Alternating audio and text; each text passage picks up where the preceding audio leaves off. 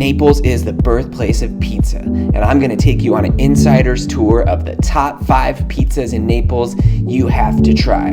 So have an espresso, put on your sweatpants, and let's get after it. No, that's not the video. No, start it over. I love pizza as much as the next guy, but the problem with all these videos about like top 5, top 10 pizzas in Naples is it's kind of just clickbait. The locals will tell you there's tons of great pizza in Naples, so they don't even bother waiting in line to eat at the famous places. And neither should you. There's just too much other cool stuff to do in Naples. So this video is about 5 things to do in Naples that don't involve waiting in a long line for pizza. Quick side note, if you do go to one famous pizzeria, I'd say go to Da Michele. It's the OG. Okay, that's it. All right, let's start the video.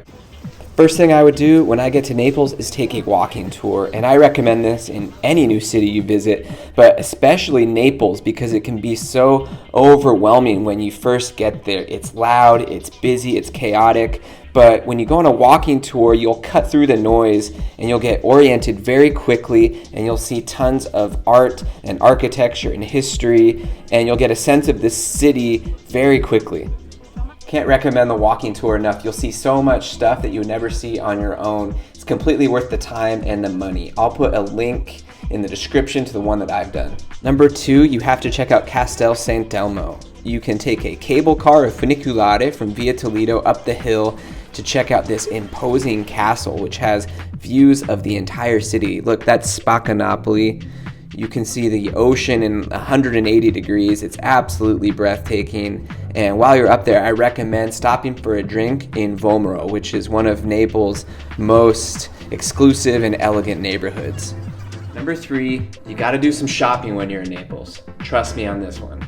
Via Toledo and Via Chiaia are great shopping streets that are also closed to street traffic, so they're very walkable. They have colorful boutiques, unique stores, but also big name brands and luxury brands are all there in this area, so you can make an afternoon of it. There's tons of great street food, great coffee along the way. I bought these awesome sweats. I wouldn't spend all my time shopping, but definitely a couple hours. And next up, when you see one of these lemon stands, stop and get a limonata a coscia aperta. Open thigh lemonade. It's made with fresh lemon juice, sparkling water, and a dash of baking soda that makes the drink foam up right before your eyes. And that's why it's called open thighs, because you kind of have to spread your legs to keep from getting splashed by your drink. Refreshing. Number 5, you gotta earn your sfogliatelle, son. That's right, earn your breakfast by walking all the way to Chalet Ciro. It is a beautiful bar that's right along the waterfront. You'll find it up here. It's about a 30-minute walk from the center. They've got great pastries, great coffee. It's very elegant. You'll see some fancy people there. Enjoy the views. It's a great way to spend a morning.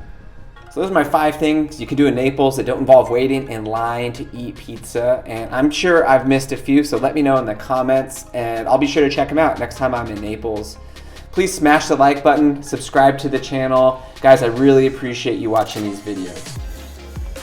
And wherever you are, wherever you're going, stay hungry and take it slow.